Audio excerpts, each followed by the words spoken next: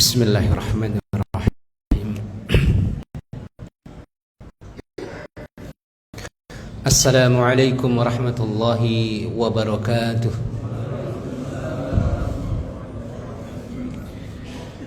Innal hamdalillah nahmaduhu wa nasta'inuhu wa nastaghfiruh wa na'udzu billahi min shururi anfusina wa min sayyiati a'malina.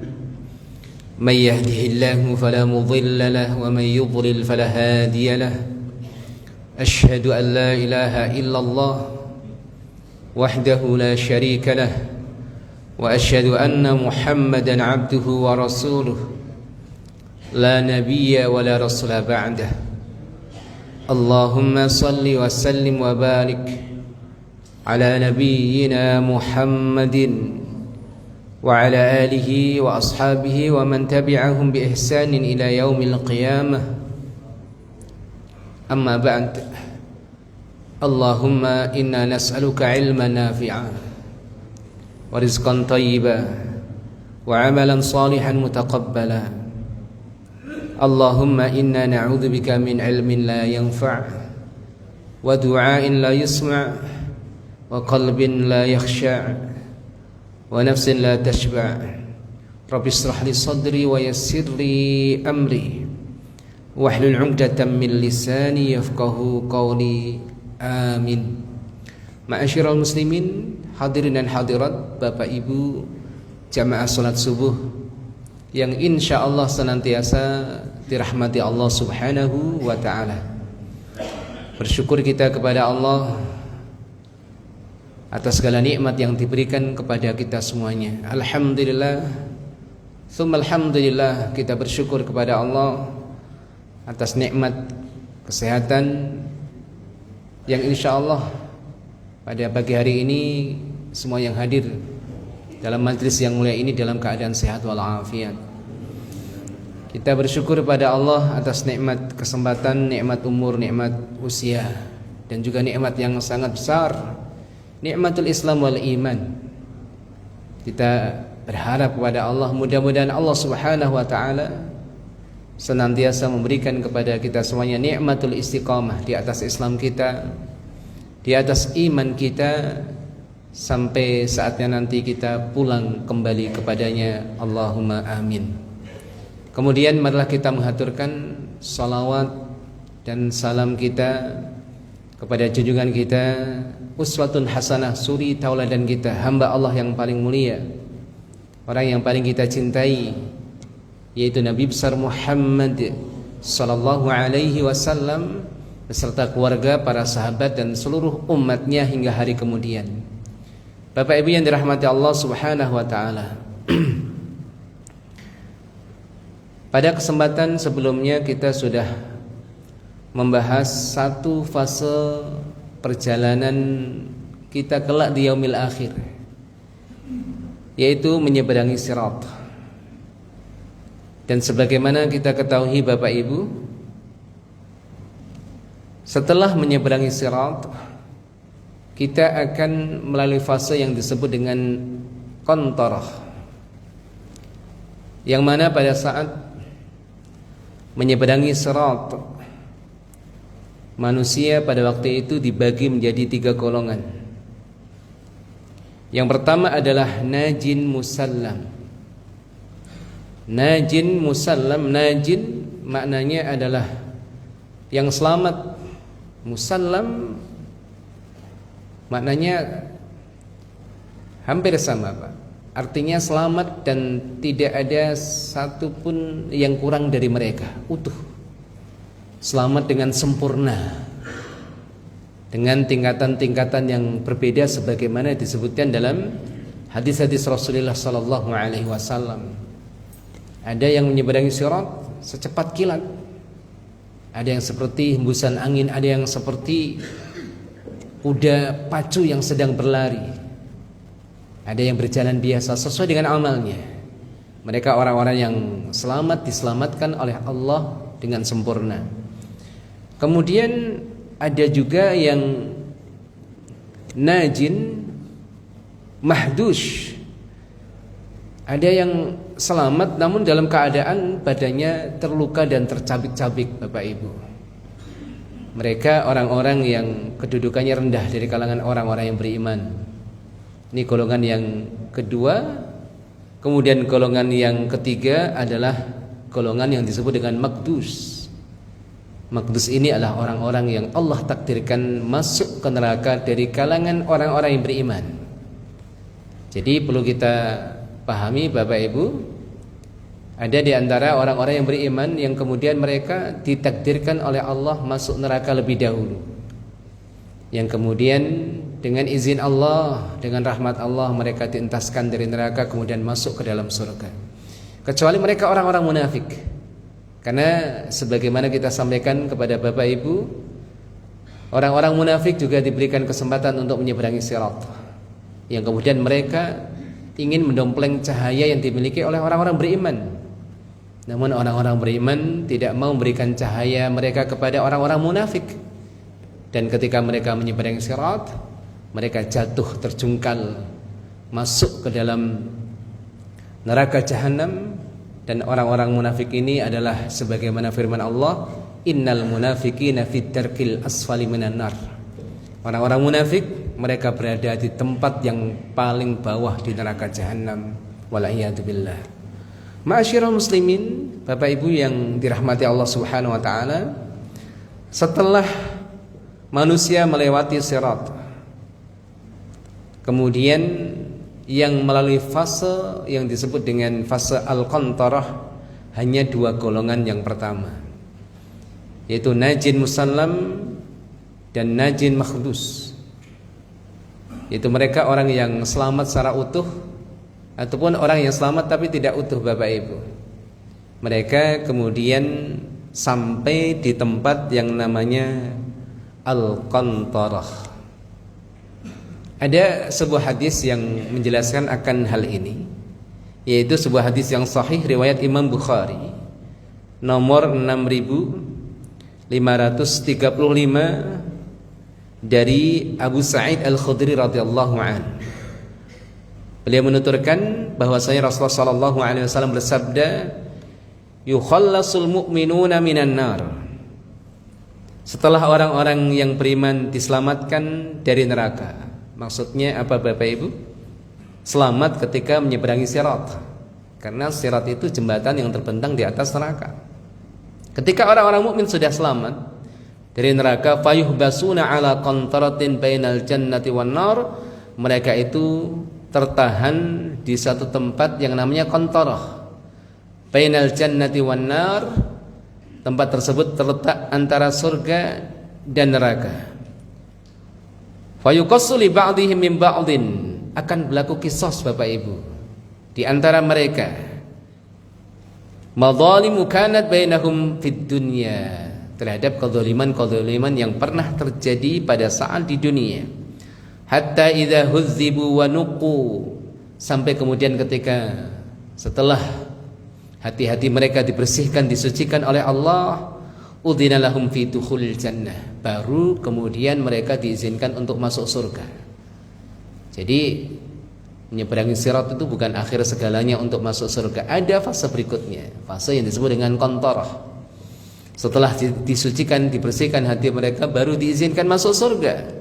Fawalladzi nafsu Muhammadin biyadih, dan demi Allah yang jiwa Muhammad berada di tangannya, la ahaduhum ahda bimanzilihi fil jannah minhu bimanzilihi kana fid dunya. Sungguh salah seorang di antara mereka, yaitu penduduk surga, itu lebih kenal akan rumahnya di surga dibandingkan rumah dia saat di dunia.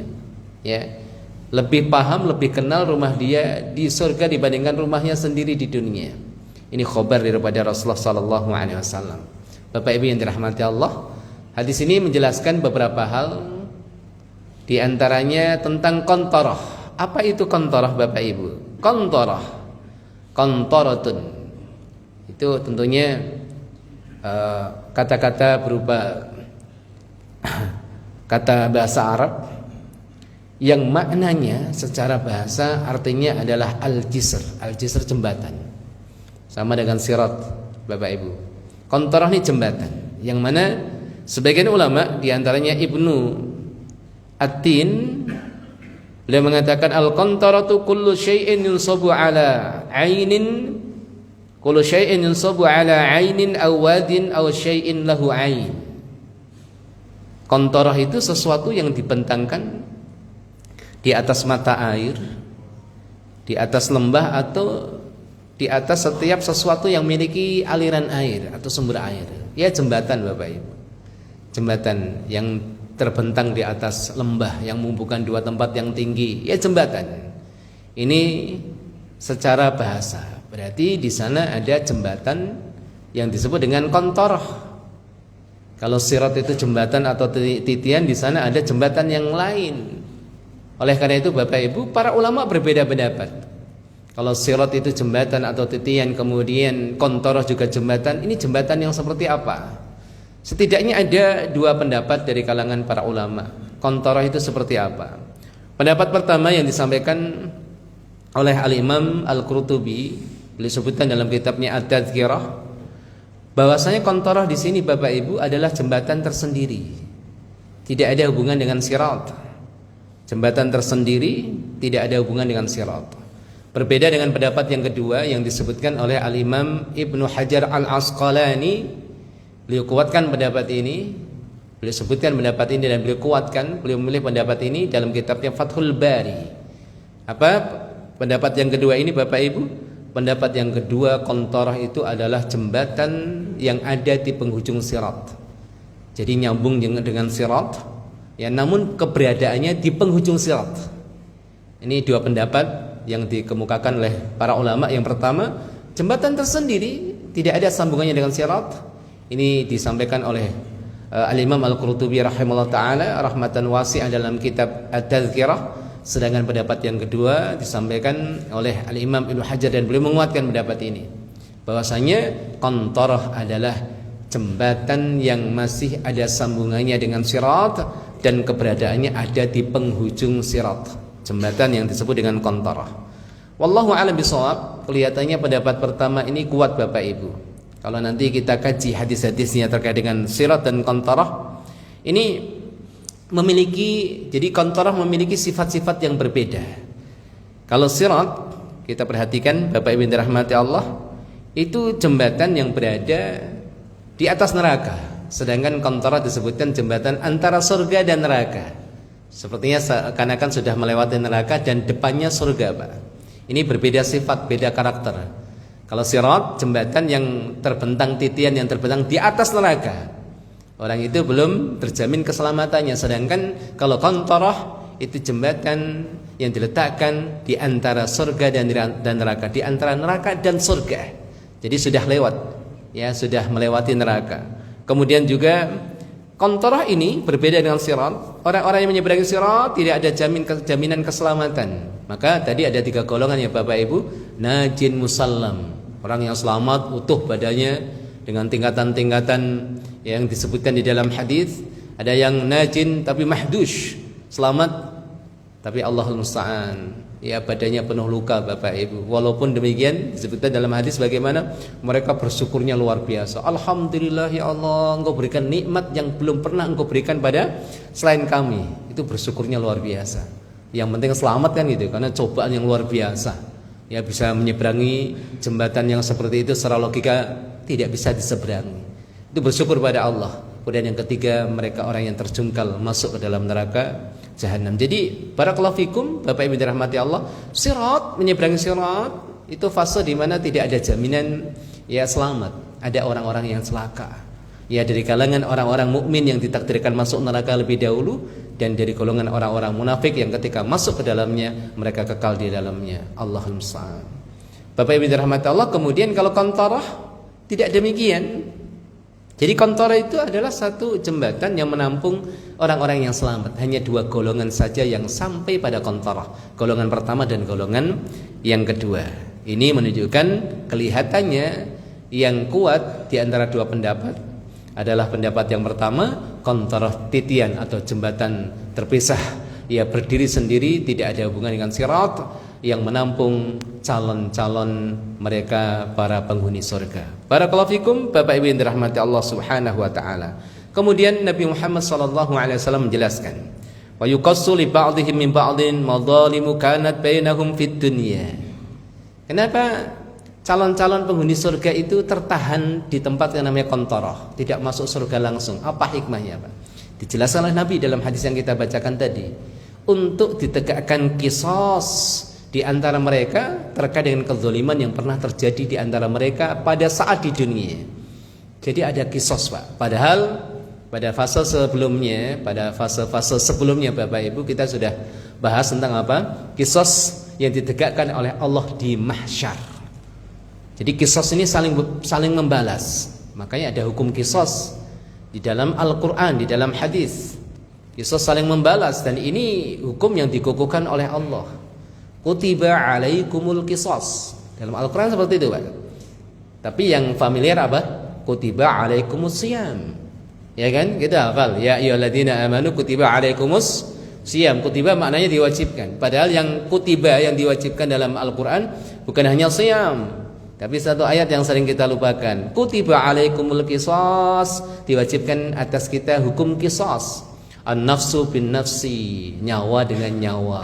Makanya kalau orang itu menghilangkan nyawa orang lain dan terbukti ia menghilangkan dengan sengaja, Pak, itu dalam Islam nyawa dibalas dengan nyawa. Walaupun nggak boleh kemudian kita melakukan tindakan hukum sendiri, nggak boleh juga dalam Islam. Ada prosesnya, ada mahkamah yang kemudian mengadili seseorang, harus dibuktikan dulu. Jangan untuk ini bunuh orang, enggak, dibuktikan dulu bagaimana, ya ada saksi atau tidak. Maka tidak boleh, apalagi tidak ada mahkamah syar'i.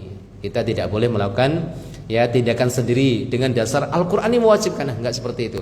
Ada hukum-hukum yang bisa ditegakkan secara personal, Bapak Ibu.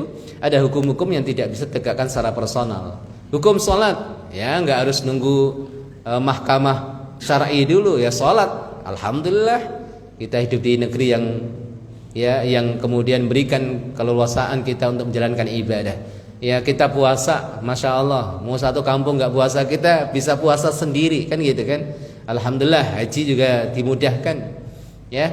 Tetapi ada satu hukum-hukum dalam Islam yang itu nggak bisa dilakukan oleh personal, Bapak Ibu. Seperti hukum qisas itu.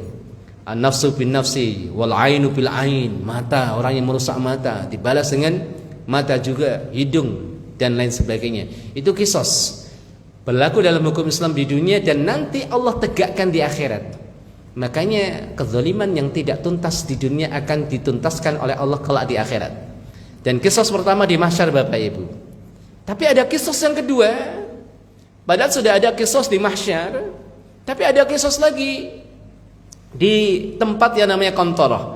Ini qisas seperti apa?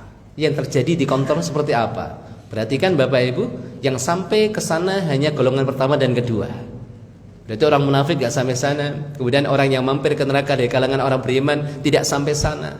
Mereka orang-orang yang kemudian dikecualikan oleh Allah, masuk ke dalam neraka dengan izin Allah. Kadar namanya Allah yang Maha Tahu. Dan akidah Ahlussunnah wal Jamaah, memang ada golongan yang tidak kekal di neraka, Bapak Ibu. Ini suatu keyakinan yang ditolak oleh orang-orang Khawarij dan Mu'tazilah. Mereka menolak adanya syafaat. Kalau sudah masuk neraka kekal. Padahal hadis-hadis yang sahih bahkan hampir sampai derajat mutawatir bahwasanya ada nanti golongan-golongan orang beriman yang kemudian dientaskan dari neraka walaupun iman mereka itu seberat biji sawi. Maka beruntung orang-orang yang kemudian Bapak Ibu di dunia pernah mengucapkan la ilaha illallah. Beruntung, Pak. Walaupun amalnya nggak tahu jungkir balik atau bagaimana, wallahu alam, tapi beruntung orang seperti ini. Masya Allah, beruntung orang yang mudah diilhami oleh Allah yang mengucapkan pada saat itunya la ilaha illallah. Tapi pada kalau fikum Bapak Ibu yang dirahmati Allah, akan terjadi qisas. Qisas seperti apa? Di sini ada 3 pendapat, Bapak Ibu. Sudah ada qisas di mahsyar, kok ada qisas lagi di qantharah? Pendapat yang pertama, bahwasanya ini qisas lanjutan, qisas yang belum selesai tuntas pada saat di mahsyar, ada lanjutannya. Qisas yang terkait dengan masalah harta, masalah masalah kezaliman yang terkait dengan fisik, ya, dan lain sebagainya secara umum. Namun pendapat yang pertama ini menegaskan bahwasanya Qisas ini berlaku pada perkara-perkara yang kecil tersisa, Pak. Sedangkan perkara-perkara yang besar itu sudah selesai di mahsyar. Perkara-perkara kecil ini tertunda qisasnya dan diselesaikan di qantarah. Yang kemudian hikmahnya apa, Bapak Ibu? Hikmahnya supaya orang-orang yang terzalimi itu, mereka meringankan tuntutannya terhadap orang yang menzalimi mereka. Ini hikmahnya, Bapak Ibu. Karena mereka sudah diberikan nikmat oleh Allah, selamat menyeberangi sirat, kemudian di hadapan mereka nampak gerbang pintu surga. Mau apa lagi? Enggak ada manfaatnya nuntut orang. Nah, ini hikmahnya supaya orang-orang terzalimi itu, tuntutan terhadap orang yang menzalimi itu apa, Pak? Itu ringan. Ini hikmahnya. Hikmah kenapa? Ada kisah selanjutan setelah di mahsyar dan dilanjutkan di qantarah, fase setelah sirat. Ini pendapat yang pertama, Bapak Ibu. Kenapa kok tertahan di tempat qantarah tidak masuk surga? Untuk dilakukan qisas, dan qisas ini sifatnya adalah qisas lanjutan perkara-perkara kecil yang masih tersisa yang belum tuntas qisasnya di mahsyar. Karena berbeda, Bapak Ibu. Kalau di mahsyar itu qisasnya secara umum, berlaku secara umum, Bapak Ibu, bagi semua hamba-hamba Allah, makhluk-makhluk Allah, bahkan bagi makhluk-makhluk yang tidak mukallaf, yang tidak ada beban perintah dan larangan, seperti mereka para hayawan. Itu ada qisasnya, saling balas. Yang sampai setelah selesai qisas di antara mereka, Allah berfirman, kunu turaba, jadilah kalian tanah. Mereka jadi debu, mereka jadi tanah. Yang kemudian orang-orang kafir mereka berangan-angan, bahkan terungkap dengan lisan mereka, ya laitani kuntu turaba, andaikan aku menjadi tanah seperti hewan-hewan tersebut.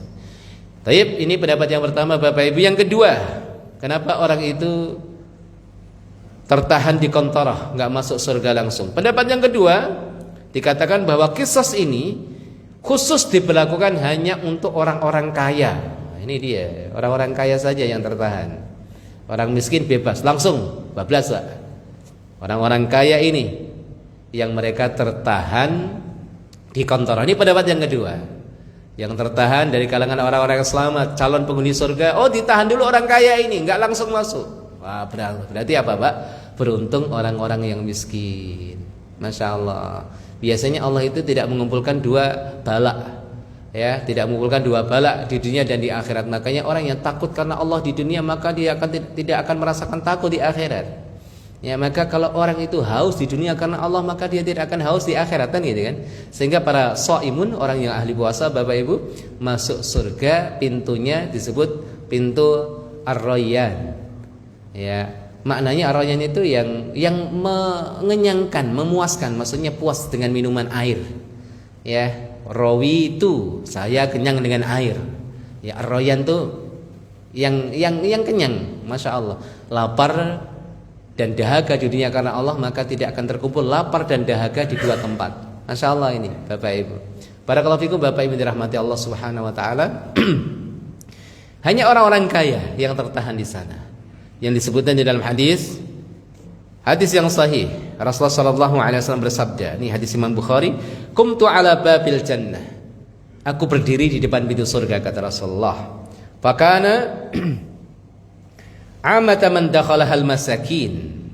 Adapun secara umum atau umumnya yang memasuki surga adalah orang-orang miskin. Pada waktu itu yang masuk surga kebanyakan orang-orang miskin. Wa ashabul jaddi, adapun orang-orang kaya, mahbusun, tertahan. Disebutkan dalam hadis yang lain tertahan sampai 600 tahun. Wah, Masya Allah.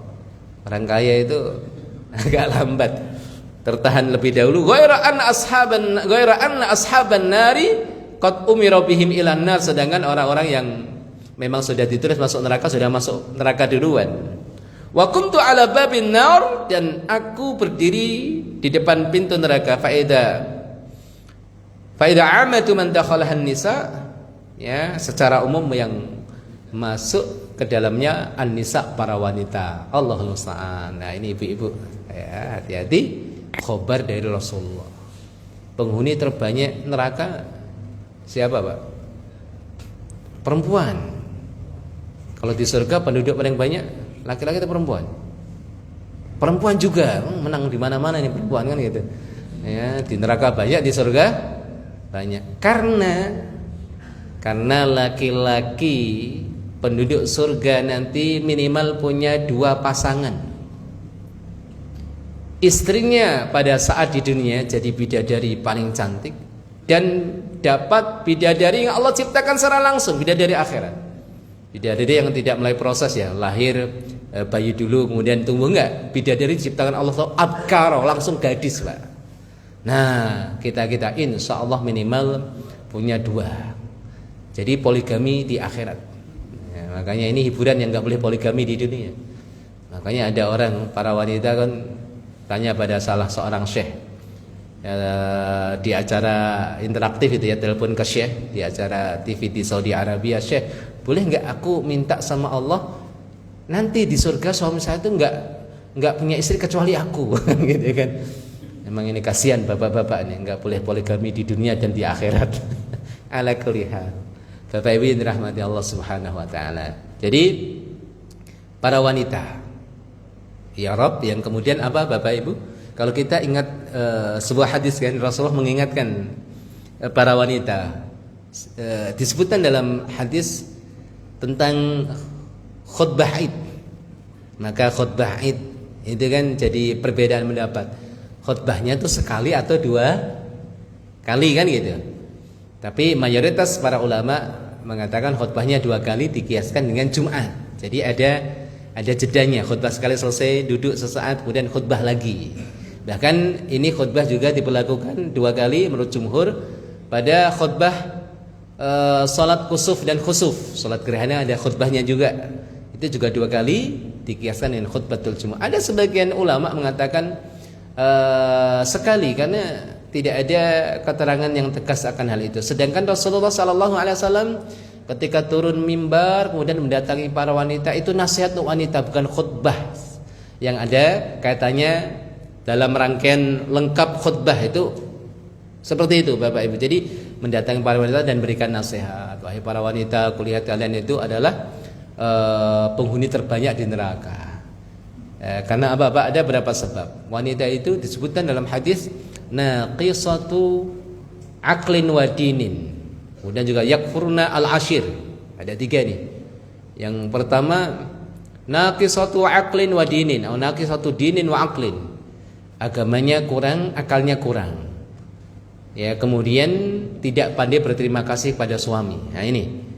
Jadi kurang agamanya, maksudnya ada masa-masa yang mana mereka tidak ibadah, tidak saum, tidak sholat ketika mereka haid dan nifas, ya kan Pak? Maka bapak-bapak ini nggak ada masa libur, nggak ada bapak-bapak kemudian ditanya kenapa nggak puasa lagi haid Ustaz, kan nggak ada, ya. Jadi nggak ada liburnya nih, laki-laki beda dengan wanita. Kemudian perempuan, wanita ini naqisatu aqlin, jadi secara umum, bukan secara personal ya Pak. Secara umum laki-laki itu lebih fokus daripada wanita. Walaupun ada wanita yang hebat luar biasa mengalahkan ribuan laki-laki dalam kualitasnya. Ini secara umum. Ya, secara umum. Laki-laki itu fokus, maka laki-laki difitrahkan untuk memang bekerja, Pak. Bekerja di tempat-tempat yang rumit, yang potensi bahaya besar, itu laki-laki fokusnya biasanya lebih besar. Kalau ibu-ibu ya kebanyakan fokusnya kurang, sehingga dalam masalah asyahadah, persaksian di pengadilan atau persaksian dalam akad-akad tertentu, kalau laki-laki udzur maka diganti dengan wanita, 1 laki-laki banding 2 wanita. Harusnya 2 saksi laki-laki misalnya, oh enggak ada laki-laki, maka laki-laki 1 diganti dengan 2 wanita, seperti itu, 2 kali lipat. Ya karena memang fokusnya berbeda. Sehingga bapak-bapak ini harus ngerti, kalau ada ibu-ibu naik motor sen kanan belok kiri, itu ini nggak boleh marah. Hadisnya memang seperti itu. Ya. Kemudian yang ketiga adalah bagaimana para wanita itu cepat melupakan kebaikan pasangannya. Wah, kalau salah, wah itu ingat terus, Pak.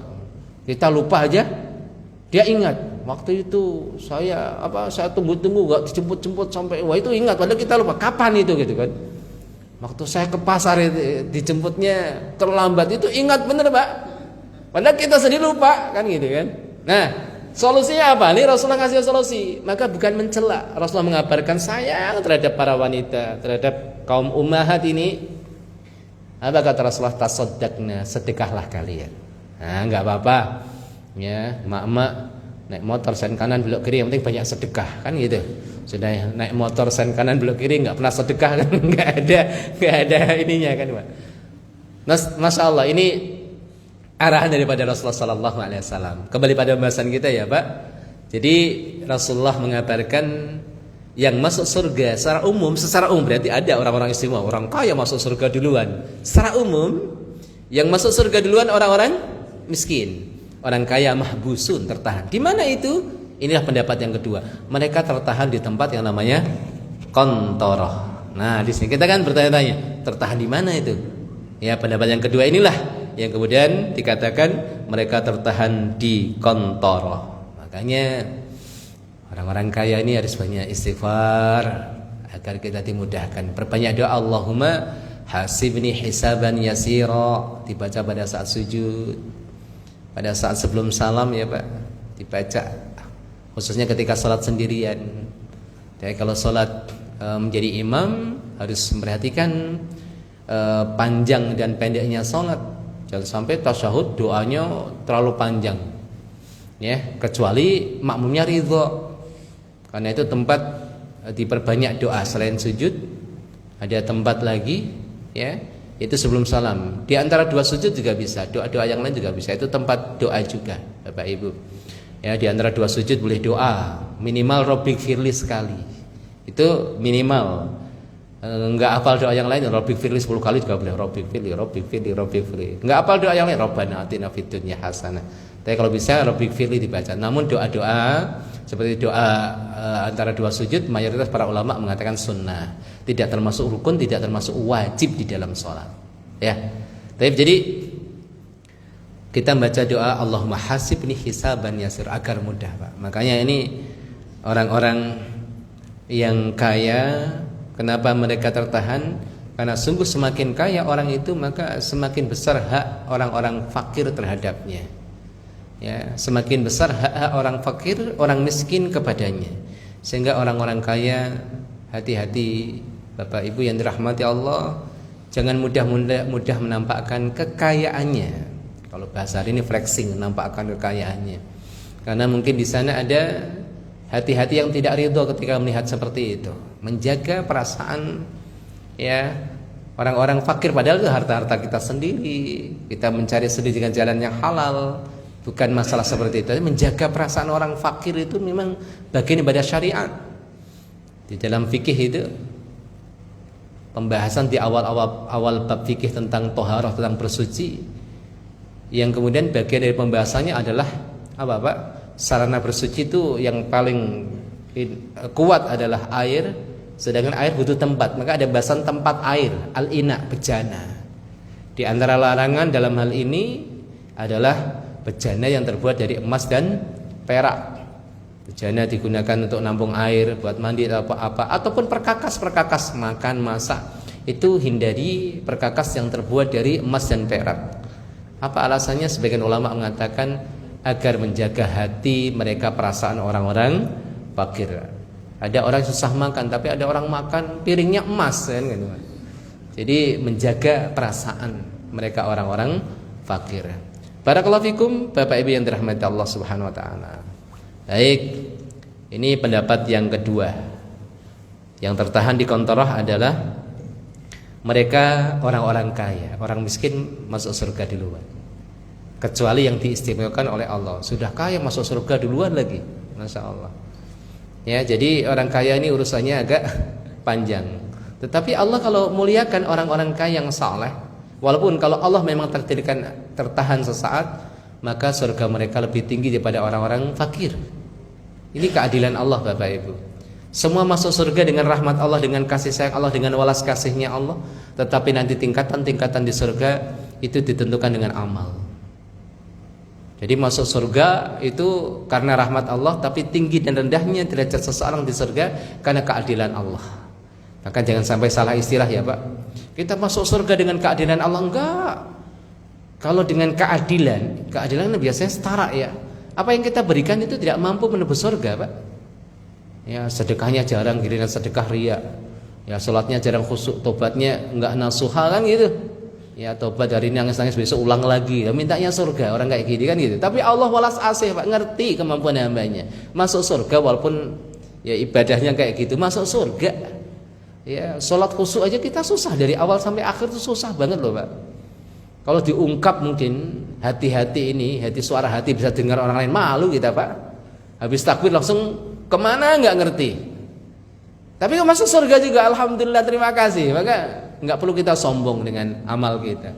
Bahkan kalau kita bisa khusyuk itu anugerah Allah. Ya, jadi masuk surga karena walas asihnya Allah. Sedangkan tingkatan-tingkatan orang di surga dibedakan, itulah keadilan Allah. Ini perlu kita pahami, jangan sampai salah istilah. Taib, kita lanjut lagi Bapak Ibu. Pendapat yang ketiga tentang kisos di kontoroh ini apa? Ini satu pendapat yang disampaikan oleh Syekh Muhammad Ibnu Utsaimin rahimahullah taala, bahwasanya kisos yang ditegakkan di kontoroh itu tidak sama dengan kisos yang ditegakkan di mahsyar. Di sana itu Bapak Ibu, penegakan kisos itu sifatnya hanya pembersihan yang ada di hati. Dihilangkan rasa benci, dihilangkan rasa hasad, iri dan dengki, dihilangkan rasa cemburu. Nah, ini dia. Maka tidak ada rasa benci lagi, tidak ada rasa hasad, tidak ada rasa iri, dengki, tidak ada rasa cemburu sebelum masuk surga. Hadis ini Bapak Ibu. Taib, di mahsyar sudah ditegakkan kisos. Namun biasanya Pak, kalau kita itu misalnya didamaikan oleh pihak ketiga, kalau kita bermusuhan atau kita dizolimi, kita memaafkan. Ya sudah, saya maafkan. Tapi pertanyaannya, lupa enggak? Susah ngelupain itu. Dimaafin enggak Pak? Iya, maafin. Lupa? Kalau lupa sih enggak, kan gitu. Paham ya Pak? Kalau lupa sih enggak. Maka ibaratnya kata orang hari ini, ya maaf sih mudah, tetapi untuk melupakan susah. Ibarat paku yang menancap di kayu atau di sebuah papan, bisa dicabut Pak? Jawabannya bisa. Tapi lihatlah, adakah bekas di sana? Ada, ya sama maafin, tapi aduh susah ngelupain kan gitu.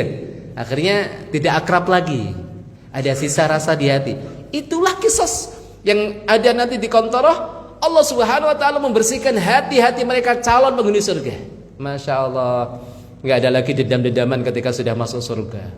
Wah, kamu beruntung tuh masuk surga, dulu kamu wah harusnya masuk neraka kamu kan gitu kan. Nggak ada lagi seperti itu. Hal ini Allah sampaikan dalam firman-Nya surat Al-A'raf ayat 43 sebagai dalil bahwasanya kisos yang berlaku di antara calon penghuni surga antara orang beriman di kontoroh itu kisos yang seperti ini, yaitu surat Al-A'raf ayat 43. Allah berfirman, a'udzubillahi minasyaitonirrajim. Wa naza'na ma fi sudurihim min ghillin tajri min tahtihimul anhar. Dan kami cabut segala macam dendam yang berada di dalam dada mereka, yang kemudian mengalir di bawah mereka sungai-sungai. Ya, dan kemudian mereka berkata, wa qalu alhamdulillahilladzi hadana li hada wa ma kunna linahtadiya laula an hadanallah. Segala puji bagi Allah yang telah menunjukkan kami kepada surga ini. Andaikan bukan petunjuknya, maka kita tidak akan dapat petunjuk. Wah, ini orang tawadhu Pak. Maka ciri penghuni surga itu tawadhu. Wa qalu alhamdulillahilladzi hadana li hada wa ma kunna linahtadiya laula an hadanallah. Masya Allah, dibersihkan hati mereka, tidak ada rasa dendam, tidak ada rasa cemburu lagi. Ya, istri itu nggak cemburu-cemburuan lagi sama suami ya Pak. Ya cuma mancing doang cemburu kan gitu kan. Tapi yang mancing beneran, karena ada orang mancing nggak beneran Pak. Saya pernah lihat itu, saya juga kaget. Wah, mancing tapi nggak bener Pak. Ya saya pernah lihat itu lewat satu tempat mancing itu ada temennya khusus. Wah, ini pantasan mau mancing betah seharian ini kan gitu. Jadi Bapak Ibu yang dirahmati Allah Subhanahu wa taala, jadi dihilangkan rasa yang seperti itu ya kelak di akhirat. rasa benci, rasa iri, dengki, kecemburuan. Itu di dunia, Pak. Makanya dunia ini isinya apa sih, Pak? Isinya hal-hal yang memang tidak enak gitu. Sehingga Imam Ahmad Ibnu Athaillah mengatakan la tastaghrib wuqu'al aqdari ma dumta fi hadhihi ad-dari fa innaha ma abrazat illa ma ila wa huwa mustahiqqun wasuha aw wajibun na'tuha. Kata beliau, la tastaghrib, jangan merasa ganjil atau heran, jangan kemudian dianggap gharib, asing terhadap kekeruhan, ketidakindahan atau bala yang terjadi di dunia selama kamu masih di sana. Nah ini, jadi mindset kita itu harus kita ubah, Pak. Jadi memang tabiat dunia itu bala, yang enggak senang. Kalau ada kesenangan itu berarti menyelisih kaidah. Sehingga para ulama mengatakan kalau kamu senang di dunia itu bonus memang. Tapi kalau enggak senang, wah itu aslinya. Sehingga kalau Bapak Ibu yang dirahmati Allah, misalnya kalau dagang, usaha, bisnis, yang perlu kita heran itu ketika kita untung. Loh, kok bisa untung ya? Nah itu dia. Kalau rugi jangan heran, memang seperti itu. Coba bayangkan, kebanyakan orang apa? Herannya ketika apa? Mendapatkan sesuatu yang tidak menyenangkan.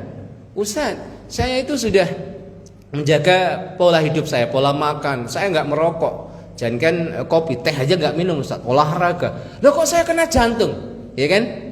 Padahal kalau prinsip ini nggak usah heran. Yang heran ketika kita tuh sehat terus, loh kok sehat terus nggak pernah sakit, itu perlu heran.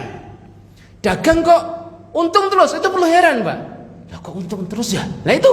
Tapi kalau dagang rugi, ya udah siap. Berarti kita tuh siap terus. Alladzi khalaqal mauta wal hayata apa? Liyabluwakum ayyukum ahsanu amala. Ini dia, maka ini mindset kita harus kita atur agar hati kita tenang, Pak. Karena ad-dunya apa? Sijnul mu'min. Dunia itu penjaranya orang mukmin. Seindah apapun enggak bisa mengalahkan keindahan akhirat. Maka ada cerita yang disebutkan oleh Al-Imam Al-Munawi dalam kitab Faidul Qadir. Itu suatu saat ada seorang hakim yang kaya raya, ketika lewat di sebuah pasar dikawal dengan konvoi yang banyak pengawalnya. Ya, dan di sana ada seorang Yahudi yang miskin, lusuh, penjual minyak panas, minyak yang dipanaskan dijual gitu, Bapak Ibu. Bajunya terlumuri minyak-minyak gitu ya. Akhirnya orang Yahudi miskin tadi mencegat rombongan seorang hakim. Ya, seorang hakim dengan pengawal-pengawalnya. Wahai sang hakim yang mulia, nabimu itu mengatakan bahwa dunia itu sijnul mukmin wa jannatul kafir. Penjaranya orang mukmin dan surganya orang kafir. Tapi keadaan seperti ini, kamu kaya mulia seperti itu. Wa aina sijnuka, di mana penjaramu? Lah keadaan saya seperti ini, di mana surgaku? Nah itu. Perhatikan Bapak Ibu. Hakim tadi mengatakan, dunia yang aku miliki, keindahan, kemuliaan yang aku miliki, dibandingkan surga yang Allah janjikan kelak untukku, itu ibarat penjara. Ya, sedangkan kamu dalam keadaan susah payah seperti ini, dibandingkan nerakamu kelak, itu seperti surga. Enak kan orang mukmin ya, Pak? Bahagia bonus. Kalau balak ada pahalanya. Wah, enak banget itu. Tetapi tadi pesannya terhadap balak yang terjadi, jangan gumunan. Udah bisnis modalnya besar, rasanya banyak, kok rugi? Ya itulah, aslinya rugi. Untung, alhamdulillah, bonus dari Allah. Jangan dibalik nih mindsetnya, ya Bapak Ibu, agar hati kita tenang. Jangan kaget menghadapi sesuatu yang tidak menyenangkan. Karena apa, Bapak Ibu? Karena kita masih di dunia. Ya, punya istri kok cemburuan, berarti masih di dunia. Seperti itu. Belum di surga. Kalau surga sudah hilang semuanya. Wa nazi'na ma fi sudurihim min ghillin. Baik Bapak Ibu yang dirahmati Allah Subhanahu wa taala. Nah, ini pendapat yang ketiga kelihatannya kuat, Pak. Jadi dari tiga pendapat tadi, pendapat yang pertama kisos masalah-masalah kecil untuk melanjutkan kisos yang tertunda. Yang kedua, yang dikisos hanya orang kaya. Yang ketiga, semuanya tadi dua golongan yang selamat setelah menyeberangi sirat, mereka dikisos, maknanya dibersihkan hatinya, dihilangkan rasa dendamnya, rasa irinya, rasa bencinya, sehingga masuk surga itu tidak ada ucapan dari lisan penduduk surga kecuali ucapan salama, salama, selamat ya Mas, selamat ya Mas. Nanti ada masa-masa Pak mereka kumpul, biasanya para laki-laki, ya. Di surga itu ada hari-hari. Termasuk hari Jumat yang mana apa? Para lelakinya keluar rumah. Ya, mereka keluar dari rumah-rumah mereka menuju pasar-pasar, kumpul dengan orang-orang beriman, bercerita, Masya Allah, kenangan masa lalu yang indah-indah saja. Masya Allah. Ini surga, Masya Allah. Barakallahu fikum Bapak Ibu yang dirahmati Allah. Kita lanjutkan hadis yang kita baca tadi. Rasulullah mengatakan hatta idza hudzibu wa nuqu udina lahum fi dukhul jannah. Kalau mereka sudah dibersihkan hati mereka, disucikan hati mereka, kemudian mereka diizinkan masuk surga. Namun bukan masuk surga langsung. Mereka juga tertahan sesaat. Kenapa Bapak Ibu? Karena gerbang surga belum terbuka. Ya. Semua orang berusaha masuk ini. Bahkan para nabi pun kan gitu. Tetapi ternyata surga itu dibuka dengan syafaat Nabi kita Muhammad sallallahu alaihi wasallam. Ya, ada sosok laki-laki di tengah-tengah manusia tiba-tiba mengetuk pintu dan dibuka gerbangnya. Siapa kamu? Aku Muhammad. Kemudian penjaga pintu surga itu mengatakan, bika umirtu la aftahu li ahadin qablaka. Ya, aku diperintahkan buka surga memang untukmu saja. Aku tidak pernah bukakan pintu surga untuk selainmu sebelumnya. Ini syafaat Nabi Muhammad, Masya Allah. Jadi ada fase lagi ya Pak, tertahan di depan pintu surga enggak langsung. Kemudian kita lanjut lagi. Fawalladzi nafsu Muhammadin biyadihi, dan demi Allah yang jiwa Muhammad ada di tangannya. Ini sumpah ya, demi Allah yang jiwa Muhammad ada di tangannya. La ahaduhum, salah seorang di antara mereka itu ahda bimangzilih, lebih mengetahui akan tempatnya, rumahnya di surga daripada tempatnya ketika berada di dunia. Nah ini Pak, biasanya Bapak Ibu kalau di tempat baru kan susah ini. Menuju tempat baru harus pakai peta ya, pakai map kan gitu. Ya, ini di surga kok ngerti. Jadi nggak ada istilahnya nanti, ayo masuk surga, masuk rumahnya masing-masing, ayo ketemu istrinya, gitu kan? Itu nggak ada istilahnya kemudian salah masuk rumah orang. Enggak, rumah kamu nggak di sini, tapi sebelah, gang sebelah misalnya. Nggak ada, ataupun malah salah orang. Alhamdulillah ya Allah, ini istri saya, ternyata istri tetangga. Itu nggak ada. Ya, jadi memang petunjuk Allah seperti itu. Kenapa orang itu kok kenal rumahnya? Ada sebuah hadis Bapak Ibu. Hadis yang sahih, Rasulullah mengatakan, inna ahadakum idza mata uridu alaihi maq'adahu bil ghadati wal 'ashi. Ya.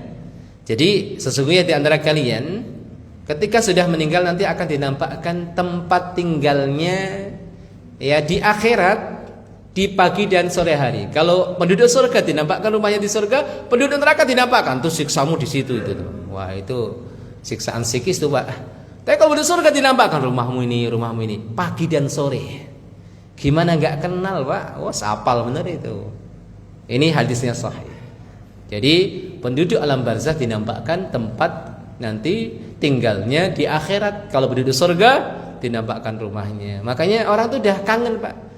Ketika Allah tidurkan orang-orang yang di alam barzakh, Allah bangunkan dari tidurnya, mereka mengatakan, ya aqimis saat, tegakkan hari kiamat ya Allah. Kapan hari kiamat? Tanya-tanya terus. Ya, tanya-tanya terus, kapan hari kiamat? Kapan hari kiamat? Karena sudah rindu dengan keluarganya dan hartanya. Ya, sudah rindu. Makanya kehidupan seorang hamba Allah itu sesuatu yang berharga, kan keluarga. Sampai meninggal aja kangennya ke keluarga ya Pak. Masya Allah. Ini sebagai alasan kenapa mereka itu mengenal rumah-rumah mereka. Taib, bagian terakhir Bapak Ibu pada pembahasan kali ini tentang kisos. Ya, yang jelas memang ada kisos 2 kali, ada kisos di mahsyar berlaku umum, ini sudah kita jelaskan. Kemudian ada satu hadis biar kita tidak salah paham. Hadis riwayat Imam Muslim disebutkan dalam Sahih Muslim nomor 2581.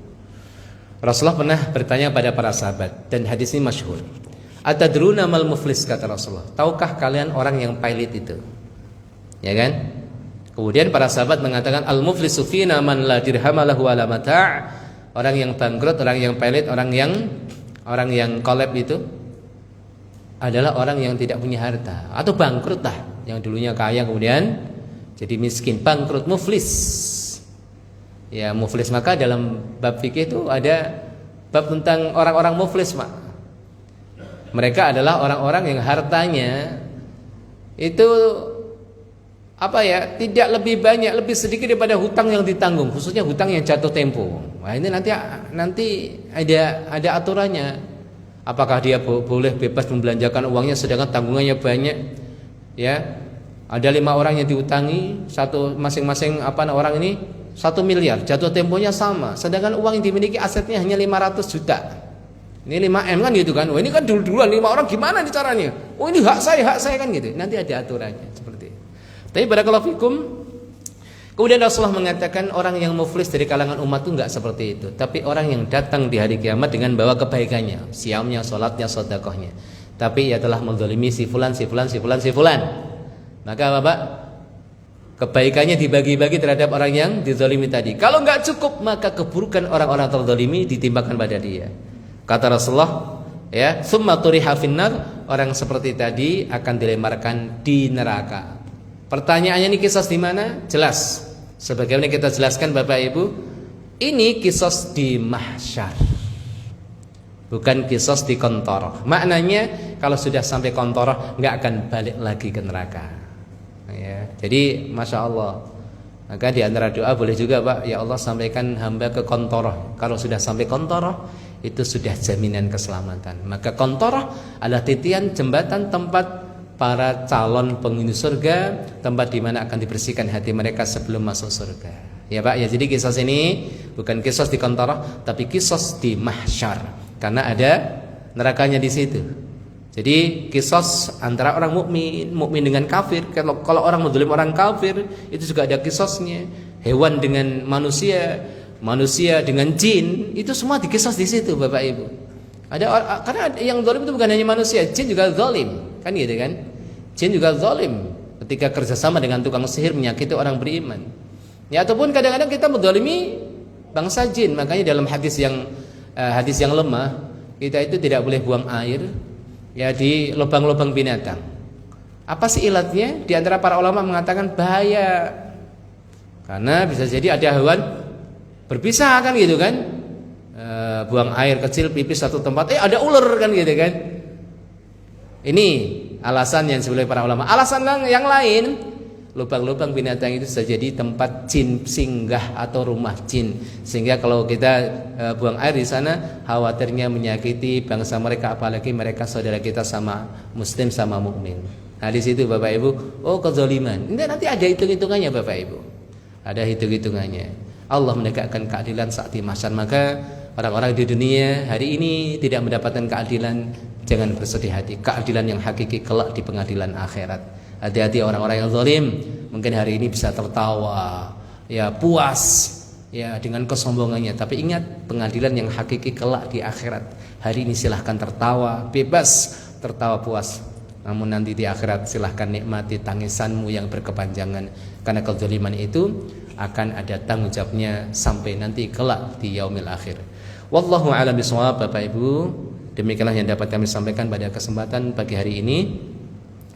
Yang insyaallah fase-fase berikutnya insyaallah fase ya surga dan neraka nanti kita bahas itu penghujung ya Pak. Perjalanan kita, bahkan hari ini kita masih diberikan nafas kan, ujungnya itu pilihan antara surga dan neraka. Nanti insyaallah kita bahas ya. Ada kitab yang bagus Tamasya ke Surga tuh, kita akan coba lihat pakaian penduduk surga seperti apa, makanan seperti apa, istrinya seperti apa, kan gitu ya. Kita lihat hadis-hadis Rasulullah agar hati kita rindu ya Pak. Ya kadang-kadang kita nggak pernah rindu. Mungkin surga itu kurang menarik bagi sebagian orang. Ya mudah-mudahan dengan dibacakan hadis-hadis Rasulullah tentang surga kita tuh rindu, kangen gitu ya. Ya orang-orang yang sudah nyaman di dunia itu gimana kangen ya dengan surga. Udah nyaman di dunia ya Pak. Makanya di dunia ini kita itu sering diuji oleh Allah biar ada kangennya gitu. Masalahnya sudah banyak ujian, nggak ada kangen-kangennya akhirat gitu. Kalau bahasa orang Jawa ini orang dablek kan gitu kan. Sudah banyak ujian ya kan, tapi nggak pernah kangen dengan akhirat. Saya kira cukup Bapak Ibu. Kalau ada pertanyaan kami silakan.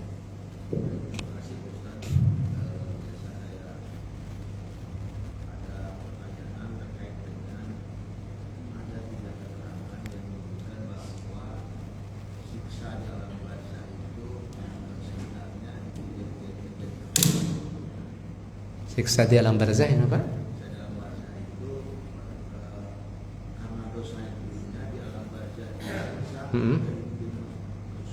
Oh iya, baik.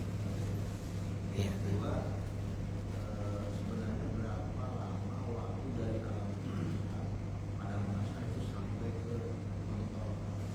Masya Allah. Baik, Masya Allah. Baik. Bapak Ibu dirahmati Allah. Yang pertama tentang siksa di alam barzah. Beberapa pertemuan sebelumnya pernah kita bahas tentang alam barzah. Sepertinya Pak, alam barzah. Kita meyakini termasuk akidah Ahlussunnah wal Jamaah. Berbeda dengan Mu'tazilah, meyakini adanya nikmat kubur dan siksa kubur. Ada nikmat kubur, ada siksa kubur. Siksa kubur ini ada dua jenis. Yang pertama namanya azabun mustamir, siksa yang berkelanjutan. Bagi mereka orang-orang yang tidak punya iman, ya, siksanya berlanjutan. Berhenti sesaat ketika dihidupkan sangkakala yang pertama, ditidurkan semua yang hidup mati, yang di alam kubur juga demikian. Sampai dihidupkan sangkakala yang kedua, mereka bangun, mereka kaget. Qalu ya wailana man ba'atsana mim marqadina. Celaka. Sungguh celaka, siapa yang bangun kami dari tempat tidur kami? Siapa yang bangkitkan kami ini? Kan gitu kan ya. Baik, yang kedua adzabun munqati'. Siksa sifatnya terputus. Ini bagi ahli tauhid yang bermaksiat kalau Allah mengendaki ya Pak. Jadi ini kita kembalikan pada masyiah, pada kehendak Allah, suka-suka Allah. Kalau Allah mengendaki orang mukmin yang bermaksiat disiksa. Tapi di balik siksa ini ada rahmat. Syekhul Islam menyebutkan, dinukil oleh Al-Imam Ibnu Abil Aziz Ad-Dimsyaqi dalam kitabnya Syarah Al-Aqidah atau Hawiyah, ada 10 hal yang bisa menghapus dosa. Di antaranya siksa kubur. Ya. Jadi apapun Pak, bagi orang mukmin tentang peristiwa di mahsyar, peristiwa di alam barzah menyeberangi sirat, itu penghapus dosa. Makanya dengan adanya siksa di alam kubur, itu bisa jadi nanti malah nggak dapat siksa di akhirat. Masya Allah. Tapi jangan kemudian minta ya Pak, nanti siksa di kubur aja, jangan. Kalau minta yang sempurna pada Allah, kita selamat dari fitnah kubur, selamat dari siksa akhirat. Seperti itu ya Pak. Jadi itu benar. Ya, syaratnya apa? Punya iman. Oh, enak itu. Tapi jangan ngarep loh ya. Enggak apa-apa dia di alam barzah itu. Jangan. Ya. Kita tetap berlindung pada Allah, jangan sombong. Jangan sombong. Ya, enggak apa-apa ya Allah, semua orang itu masukkan ke dalam surga. Aku minta supaya jasadku engkau besarkan memenuhi neraka. Itu sombong benar itu. Ya, Rasulullah aja mengajarkan kita berlindung dari neraka. Makanya kalau ada orang yang berhak tidak minta perlindungan kepada Allah dari neraka, Rasulullah yang lebih berhak, amalnya hebat yo. Amal kita gato loco yo, nantangin kan gitu. Kemudian yang kedua, berapa waktunya? Wallahu a'lam bishawab. Tapi disebutkan dalam ayat, kemudian dalam hadis, sehari di akhirat hitungannya itu ya 1000 tahun. Masya Allah, sehari di akhirat seakan-akan 1000 tahun. Menunggu hisab sehari itu 1000 tahun. Tapi bagi orang mukmin seperti menunggu tenggelamnya matahari. Dibuat ringan bagi orang mukmin seperti menunggu terbenamnya matahari. Mau terbenam sampai terbenam, mungkin 15 menit atau berapa. Itu ada hadisnya. Sedangkan durasi seutuhnya sejak manusia dibangkitkan menuju kelak surga, wallahu alam bishawab, lamanya seperti apa ya. Sedangkan dunia kita dikasih usia 67 tahun, lumayan lama ya Pak. Tapi katanya nggak ada apa-apanya. Berarti apa? Ya, perjalanan yang sangat panjang. Sedangkan tidak ada nas yang jelas lamanya sekian dari dibangkitkan sampai ke surga. Tidak ada nas baik Al-Quran maupun hadis, sehingga kita nggak boleh kemudian ngarang kan gitu. Kalau ngarang dosa. Gitu ya Pak. Wallahu alam bishawab. Ya, satu lagi mungkin. Cukup ya Bapak Ibu. Oh ya Ibu, silahkan tafadhol. Waalaikumsalam warahmatullahi wabarakatuh. Itu kan manusia itu ada 3 golongan. Iya. Golongan kanan, golongan kiri, sama golongan terdahulu. Nah, itu bedanya antara golongan kanan sama terdahulu beriman akan lebih masuk surga di dua itu kan golongan 3. Oh iya. Terus ada golongan kemudian. Itu kan maksud kita ya Ustaz, yang kemudian saya masuk golongan yang ketiga itu. Apa syarat bisa kita masuk ke golongan itu Ustaz? Yang golongan ketiga itu Ustaz. Yang masuk surga terdahulu gitu Ustaz. Oh iya. Disebut al-muqarrabun. Ya. Orang-orang yang didekatkan oleh Allah pada surga, orang-orang yang terdahulu. Ini menunjukkan apa? Penduduk surga pun berlevel-level. Disebut ashabul yamin, golongan kanan, masuk surga. Seperti yang tadi nyebrang sirat, nanti masuk surga pun demikian. Ada orang-orang yang diistimewakan oleh Allah, ya. Ada pembahasan, saya ada satu tema tentang macam-macam orang masuk surga. Ya, Bapak. Ada orang-orang masuk surga tanpa hisab. Hisab pun dilewatin. Dikabar oleh Rasulullah dari umat ini ada berapa? 70.000 orang masuk surga tanpa hisab, tanpa adab. Orang-orang yang istimewa. Ya. Ada orang masuk surga dengan hisab. Ya, hisab pun dibagi menjadi dua. Ada hisabnya mudah, dipanggil oleh Allah. Ya, kemudian buku catatannya dilihat sekilas, dikasih, dah beres. Enggak dilihat semuanya. Itu namanya hisaban yasira. Ada orang masuk surga tapi hisabnya rumit. Wah, itu tanda-tanda masuk neraka. Ada yang mengatakan hisab yang rumit itu siksa tersendiri walaupun enggak merasakan neraka. Ada yang mengatakan berdasarkan sebuah hadis, man husiba, ya, man nuqisha bil hisabi udzib. Orang yang didetailkan hisabnya maka alamat disiksa.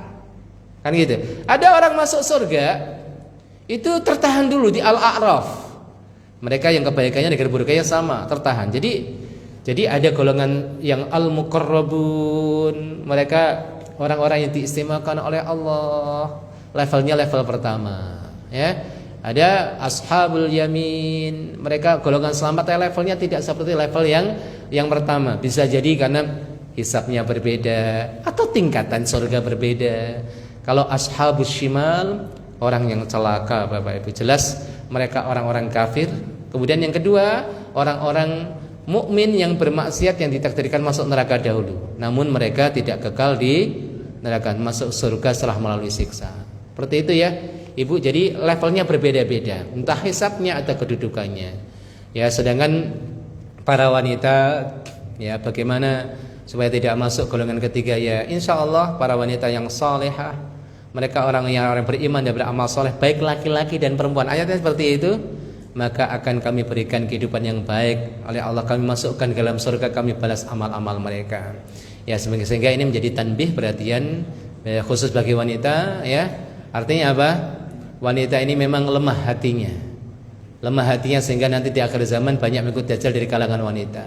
Ya, intinya saingilah laki-laki di dalam beramal. Tetapi ibu-ibu, ya, para ummahat, ini satu terakhir.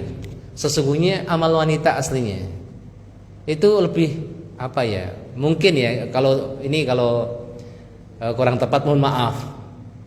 Wanita itu bisa kita katakan simpel, walaupun aslinya nggak simpel. Masuk surga itu tidak serumit laki-laki. Laki-laki harus berpeluh, berkeringat, berjalan ke masjid, jihad fisabilillah. Wanita nggak harus ngangkat senjata melawan orang-orang yang merangi Islam kan, tapi jihad mereka haji kan gitu ya. Maka wanita nabung untuk bisa berjihad. Jihad akbarnya wanita itu haji itu. Wanita itu disebutkan dalam hadis, jaga sholat 5 waktunya. Sunnah nggak disebutkan, jaga, ya, idza shalatil mar'atu khamsah, jaga sholat 5 waktu.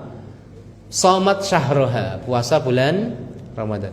Menjaga, ya, menjaga kehormatan suaminya, menjaga harta suaminya. Kemudian menaati suami, maka akan dipersilahkan masuk surga dari pintu manapun. Nanti ada orang bingung, mau masuk surga aja bingung. Bingungnya apa? Pintu-pintu surga itu setelah gerbang dibuka, ada pintu-pintu surga itu manggil-manggil orang itu. Pintu sedekah, pintu salat dipanggil-panggil, Pak. Wanita itu enggak harus khusus untuk mendapatkan pintu salat, fokus salat. Ternyata apa? 4 tadi. Jaga salat 5 waktu, salat sunnahnya mungkin ya enggak full amat, puasa Ramadan, ya, menjaga harta suami, taat pada suami, Masya Allah. Ya, tapi kata wanita, apaan Ustaz? Kan? Itu berat, makanya ganjarnya surga. Taat itu susah. Suami berkele gimana mau taat kan gitu kan? Makanya ini ya Ibu, aslinya Masya Allah. Iya, tip. Masya Allah. Masya Allah. Iya, baik, satu hadis, mudah-mudahan ini mewakili. Riwayat Imam Bukhari. Aisyah dan Rasulullah. Ini Rasulullah dan Aisyah. Pernah suatu saat Rasulullah mengatakan pada ibunda Aisyah, wahai Aisyah, Kalau kamu marah, aku tuh ngerti loh. Pada saat kamu ridho, pada saat kamu marah sama aku ngerti. Emang ya Rasul, kalau bahasa kita, emang tahu. Iyalah tahu. Suamimu loh, kan ini. Emang seperti apa? Kalau kamu lagi marah, nggak ridho sama aku, kamu itu kalau bersumpah yang disebut bukan Tuhanku, maksudnya bukan namaku, tetapi disebut nama Ibrahim, Tuhannya Ibrahim. Jadi kalau pas lagi ridho, lagi romantis, ya demi Tuhannya Muhammad, ya gitu kan, demi Tuhannya suamiku, gitu kan. Tapi kalau lagi ini demi Tuhannya Nabi Ibrahim, gitu kan. Jadi kemudian apa jawaban Ibunda Aisyah? Beliau mengatakan, ya Rasulullah, innama ahjuru ismak. Ya Rasulullah, yang enggak kusebutkan cuma namamu doang. Saya coba baca syarah penjabaran hadis. Para ulama menjelaskan, maksudnya dalam keadaan marah pun Aisyah tetap khidmah mengabdi kepada Rasulullah. Kenapa, Ibu? Karena yang diharapkan pahalanya dari Allah, bukan dari suami. Ya. Kalau orang itu masih mengharapkan balasan dari suami, aduh berat. Ya. Lagi ngambek suruh buat kopi. Wah, itu enggak mau. Tetapi kalau ngerti prinsip yang ngasih pahala tuh Allah, ngambek-ngambek buatin kopi, entah rasanya beda ya nggak tahu, kan gitu, begitu ya Ibu. Masya Allah, ini ya. Jadi yang ngasih pahala adalah Allah. Jadi yang ngambek ternyata bukan wanita akhir zaman juga. Aisyah juga pernah ngambek, tapi apa bedanya? Kalau Aisyah ngambek pun, Masya Allah masih khidmah. Laki-laki juga demikian. Rasulullah kalau ngambek itu nggak mancing, tapi ke masjid. Wah, ini laki-laki soleh. Ya, laki-laki soleh untuk wanita yang salihah. Baik, cukup Bapak Ibu. Kita tutup dengan doa kafaratul majlis. Subhanaka Allahumma wa bihamdika asyhadu an la ilaha illa anta astaghfiruka wa atubu ilaik. Assalamualaikum warahmatullahi wabarakatuh.